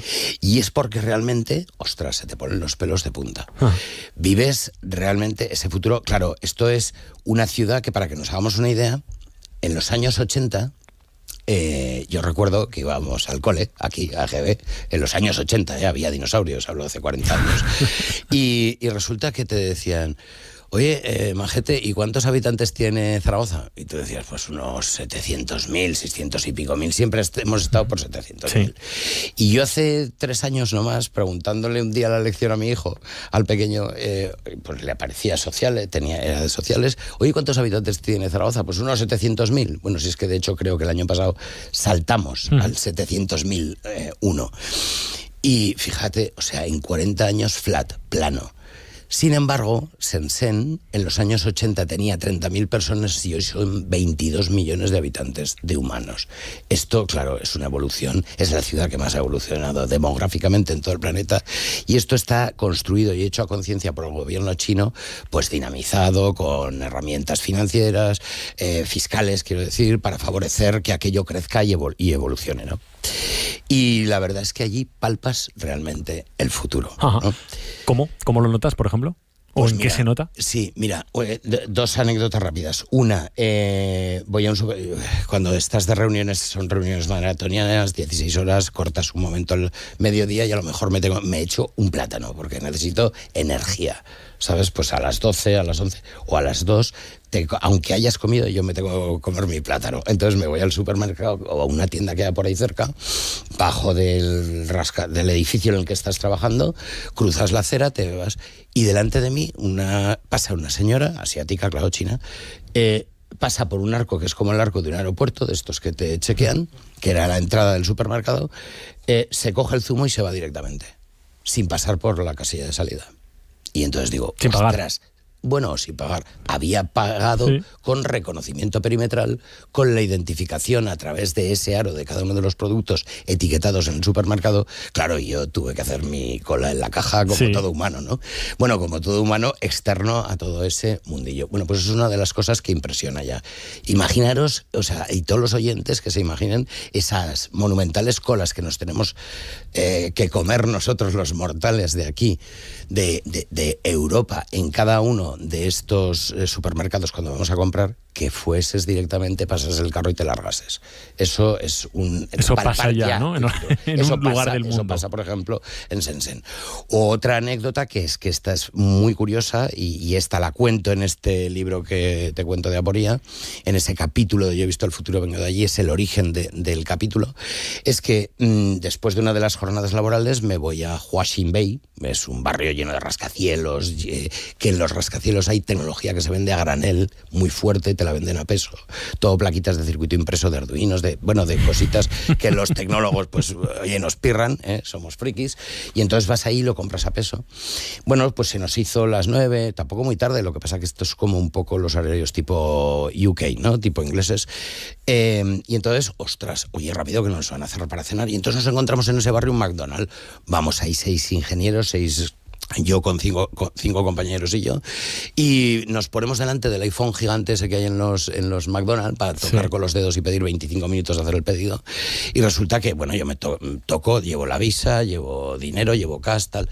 Y entonces a la hora de pagar 5 métodos de pago, ostras, y los 5 con teléfono móvil. Y entonces venga a dar vueltas imagínate la imagen de 6 ingenieros, recién importados de Europa, y dando vueltas a un iPhone gigante, no sé, era como el monito de Moonwalker del 2001. Y ahí dando vueltas, increíble. Bueno, nos tuvimos que ir sin cenar, llegamos al hotel, ya todo cerrado y un cabreo de la muerte. ¿Y qué había pasado? Al día siguiente, estos chinos con los que estábamos trabajando nos agasajan y nos llevan a cenar. Y les cuento la anécdota, les contamos la anécdota. Solo estábamos 4 de los 6. Y distribuidos en una mesa de estas chinas gigantes que rota el centro con una madera gigante, inmenso aquello todo. Y les cuento la anécdota. Y entonces me dicen, no, hombre, Román, me dice uno por la derecha, es que aquí hace más de 10 años que no hay billetes. Y digo, pero ¿cómo? Me saco mi cartera, cojo el billete de yuanes, de 100, de 50 yuanes, mira tal. Oye, el chino que tenía yo al lado, que me llevaba en Cadillac al hotel, el chino que tenía yo al lado me quita el billete de la mano y me dice, ostras, a ver, déjamelo ver. Yo, te quedas mirando así, un poco sorprendido porque te lo ha quitado. Oye, por favor, ¿me lo puedes regalar para enseñárselo a mis hijos? Me dice. Pero es que iban sacando billetes los otros 3 compañeros con los que estaba cenando y los de al lado, ¡pum!, nos limpiaron. Pero es que llega otro de la izquierda, otro chino, y dice, no, hombre, no, es que aquí billetes no, lo que no hay hace 10 años son monedas. Digo, hombre, saco yo mi monedica de 1 yuan y 2 yuanes, digo, pero si es con lo que venimos en el metro, es el token del metro, y entonces me lo cogen. Nos despiojaron, literalmente. Bueno, de verdad os lo digo, mirándonos con nuestros compañeros diciendo, pero ¿dónde están las cámaras aquí que nos está chorizando el dinero? Y entonces es cuando un chino que tengo enfrente me dice, pero es que Román, es que tú no te has dado cuenta, es que aquí el teléfono móvil es parte de la identidad de las personas. Y digo, hombre, ya, y yo en España, vamos, yo no sé vivir ya sin el teléfono móvil. Y dice, no, pero piensa en mis padres de 80 años y en mi hijo de 10 años. Ostras.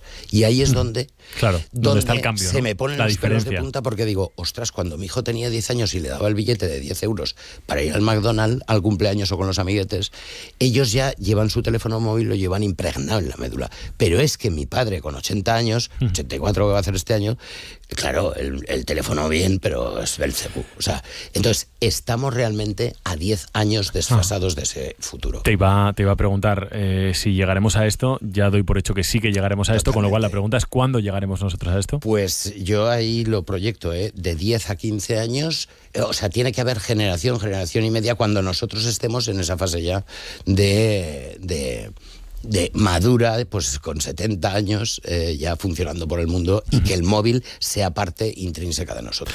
Bueno, pues has venido del futuro, Román Abadías, para contarnos cómo es ese futuro. ¿La semana que viene tienes viaje o no tienes viaje, No, Román? de momento estoy aquí otra vez. Venga, vale, pues muchas gracias. La semana que viene te esperamos por aquí otra vez. Gracias. Que vaya muy bien, Román. Gracias. Un abrazo, gracias. Y 38, ahora del futuro al pasado. Vamos a viajar en el tiempo.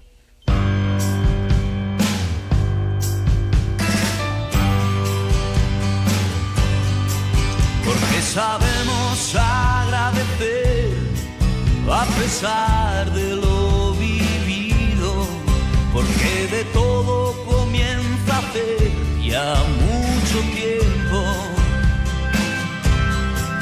porque quien encontró el amor no lo buscaba tanto, porque las cosas cambian.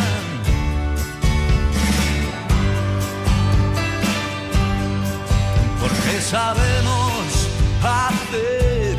Ángel de Castro, fotógrafo. ¿Qué tal, Ángel? Muy Hola, buenos días, días, Javier. ¿Qué tal? Venga, vamos ya con las fotografías del baúl de los recuerdos de Ángel.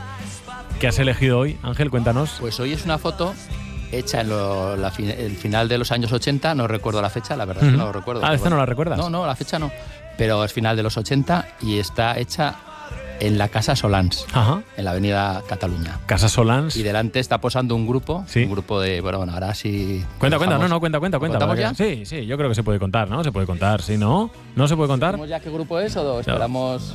Sí, luego esperamos, vale, venga, me dicen que esperemos, venga, pues es un esperemos. grupo de música del barrio de la Jota, para los que sepan un poco ya se estarán imaginando quién puede ser. Sí.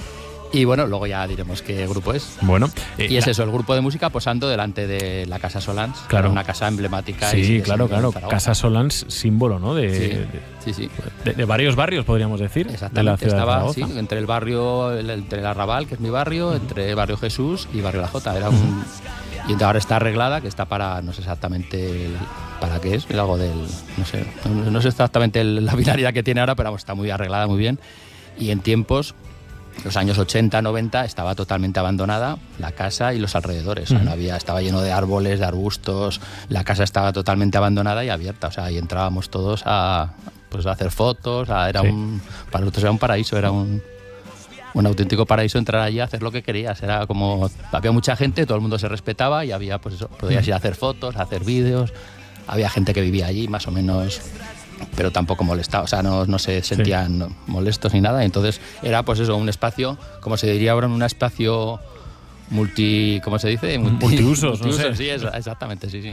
O sea que has hecho muchas fotos, ¿no? En la Casa Solans. Sí. Venga, vamos a Era un sitio que daba mucho juego por todo, por los jardines, bueno, jardines no, que eran todo, pues maleza que había por ahí, árboles, huertas abandonadas, todo eso estaba. Y luego el edificio como edificio, pues también tenía ahora, mucho. evidentemente está mucho mejor, claro, lógicamente. Venga, vamos a viajar al pasado, por tanto. Reportaje de Esperanza Sánchez y Javier Romaldo con la fotografía de Ángel de Castro.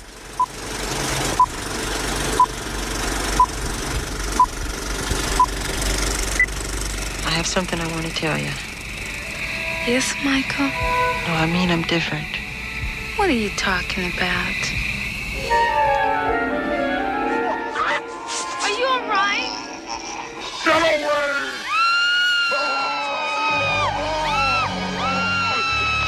En diciembre de 1983, la MTV estrenó un videoclip que cambiaría la historia. Thriller, de Michael Jackson. Un corto de 14 minutos que se rodó en uno de los cementerios más antiguos de Los Ángeles y en una casa victoriana de la avenida Carroll, en el número 1345. Era la Casa Sanders. No sabemos por qué el rey del pop eligió ese y no otro lugar como escenario, pero lo que está claro es que sentó un precedente. El mismo año en que Thriller revolucionó el mundo de los vídeos musicales, al otro lado del charco y al amparo del primer concurso de rock Ciudad de Zaragoza, nació el grupo protagonista de nuestra foto, Distrito 14, en alusión al barrio de la Jota. Quedaron atrás los días de gloria. El tiempo pasó, pero la ilusión. Yo entonces tenía 17, 18 años recién cumplidos. El ambiente musical entonces, cuando nos presentamos a ese concurso, hasta entonces era muy limitado. Había 2 o 3 grupos que sonaban un poquito en Zaragoza, nada más. Pero la explosión musical fue precisamente aquel concurso de 1982, donde nos presentamos un montón de grupos. Viajero, nunca es tarde si tienes. Mariano Casanova, el que acaban de escuchar, era guitarra y vocalista y estaba acompañado por Alberto Moliner al bajo, Tito Gracia, también voz y guitarra, y Javier Paricio en la batería, aunque pronto dejó paso a Iñaki Fernández. Este incipiente grupo tardó poco en encontrar su particular Casa Sanders. Lo hicieron en la avenida Cataluña de Zaragoza. Casa Solans. Era una casa que estaba completamente abandonada, pero era maravillosa y que llamaba la atención. A mí particularmente me tenía completamente hipnotizado. Como te digo, estaba completamente abandonada. Incluso el jardín de la Casa Solans tenía una tapia alrededor que la saltábamos para entrar al recinto y jugar e investigar. Era la casa misteriosa. La típica casa de niño que te metes ahí a ver si hay fantasmas. Sin desmerecer a los americanos, Casa Solans es toda una joya. Es la excepción de la margen izquierda de Zaragoza, a medio camino entre el barrio de Jesús y la Jota. Una casa modernista levantada lejos del Paseo de Sagasta, que era donde florecían y competían este tipo de viviendas escaparate allá por los años 20. El motivo, que Juan Solans, un industrial de la época, quería su casita de capricho cerca de su puesto de trabajo, una fábrica de harinas. Si me lo permiten, era todo un visionario. Hay que imaginarnos la Casa Solans en sus comienzos, que estaba en medio de nada, muy cerca de la fábrica del dueño de la vivienda. Entonces yo creo que sí, que era un sitio que te invitaba pues eso, a estar ahí, no quiero decir solo, pero sí que por lo menos no rodeado de la vida o del ajetreo de una ciudad. Así describe Raúl Gascón, presidente de la Asociación de Vecinos del Barrio de Jesús, la también conocida como Casa de los Azulejos. Tras la muerte de sus propietarios, cayó en el olvido y los saqueos y el vandalismo le quitaron parte de su brillo, pero no de su encanto. Y es que el abandono y el misterio embrujaba, entre otros, a los músicos del momento. Sobre todo grupos de rock, sobre todo que yo tengo conocimiento que sí que se han usado o usaban edificios que entonces estaban abandonados. Se han hecho en la Casa Solans, también se hicieron, creo recordar, en la Estación del Norte, creo que Los del Silencio también tiene algo parecido, que hizo por allí. Y sí que a nosotros nos parece muy bien, porque gracias a eso también se ha potenciado este tipo de edificios que estaban en un estado de abandono pues bastante grande.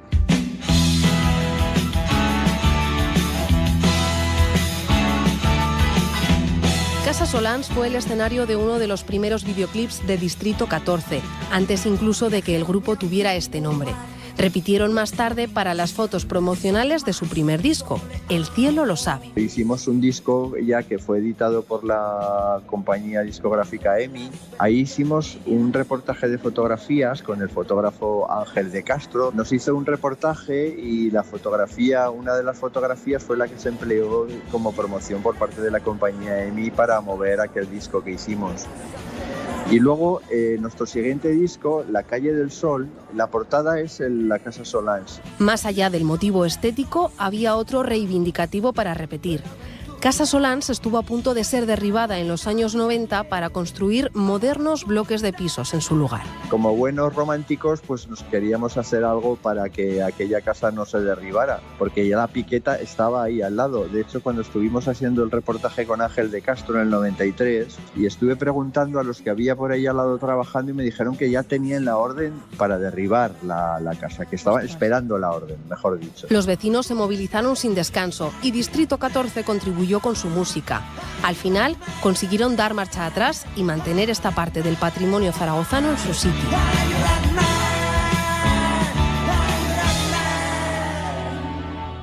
Hay sensación en las casas antiguas de que algo queda de quien las vivió. El edificio acabó pasando a manos del ayuntamiento, que lo rehabilitó y le devolvió su esplendor.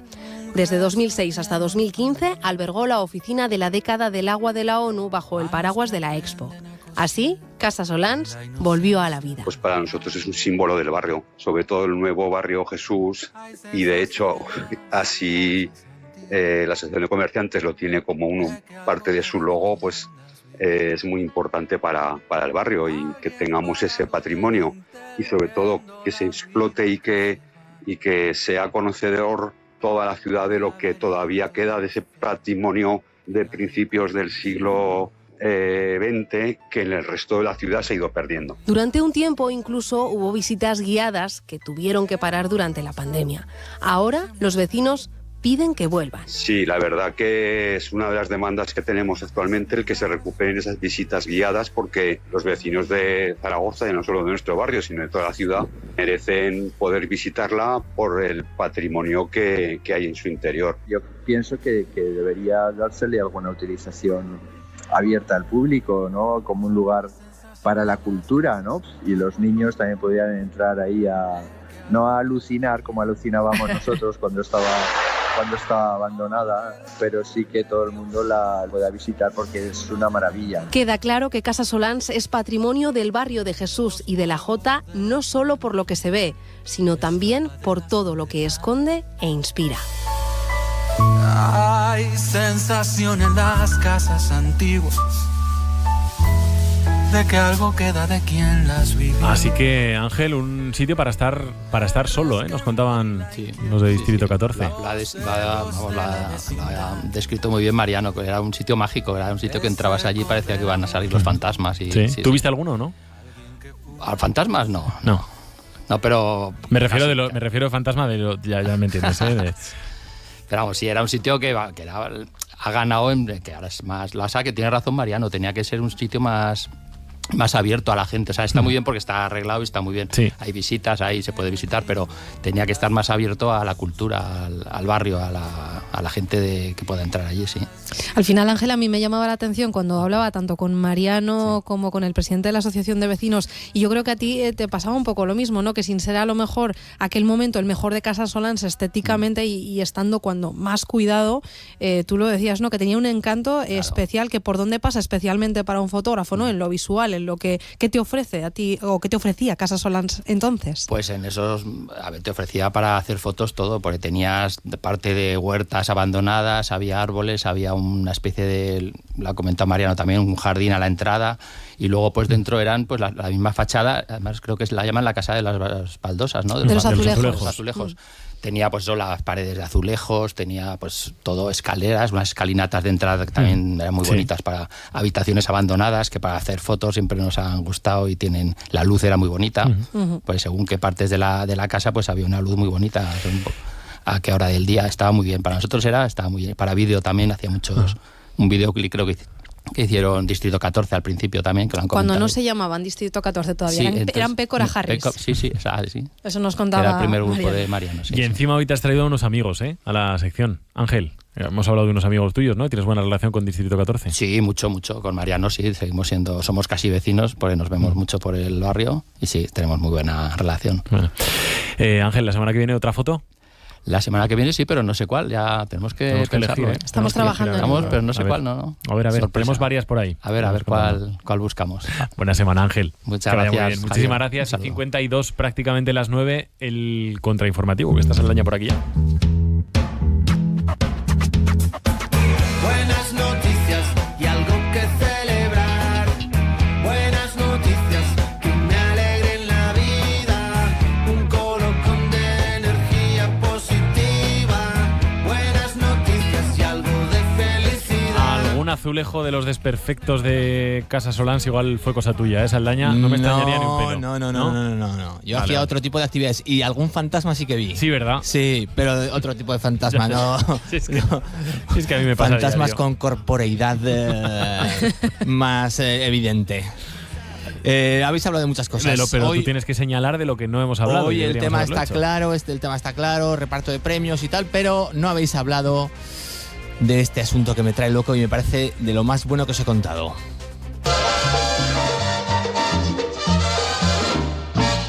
Parecía el ave fénix cuando la vi con mi churri, pero era una gaviota bañada en pollo al curry. No era el ave fénix, no era una gaviota de pollo al curry. No era el ave fénix, era una gaviota bañada en pollo al curry. Pasó en Londres hace poco. Se descubre un animal curiosamente exótico, brillante, con un naranja muy bonito. Se parece un poco al ave fénix de Harry Potter y a una ave exótica inclasificada. La llevan, la gente que la encuentra la lleva a un veterinario famoso, a una clínica muy famosa allí de Londres.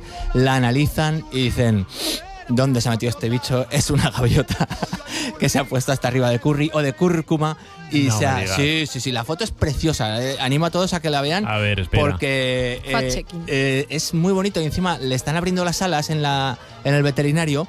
Y es verdad que parece un ave fénix. Si uno pone gaviota pollo al curry, lo primero que le sale es una receta. Parece Hombre, no nos comamos las gaviotas, hombre, que hay cosas peores. Quizá comanse ustedes unas palomas. Sí, ¿A que es llamativa? Sí, es llamativa, sí. Sí, pues así, una gaviota en pollo al curry.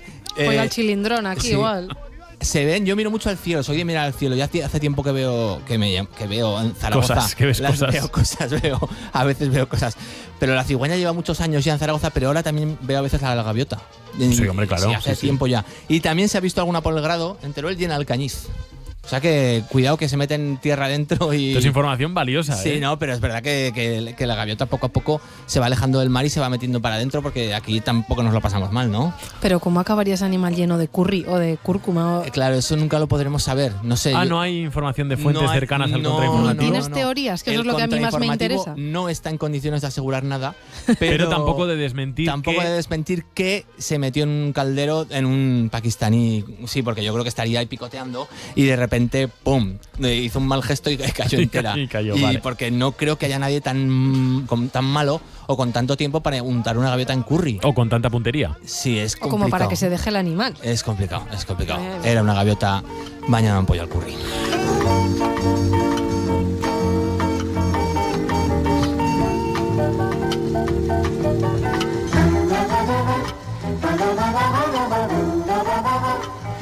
¿Qué haces este verano, Esperanza? Trabajar. ¿Pero no tienes algunos días libres? Alguno.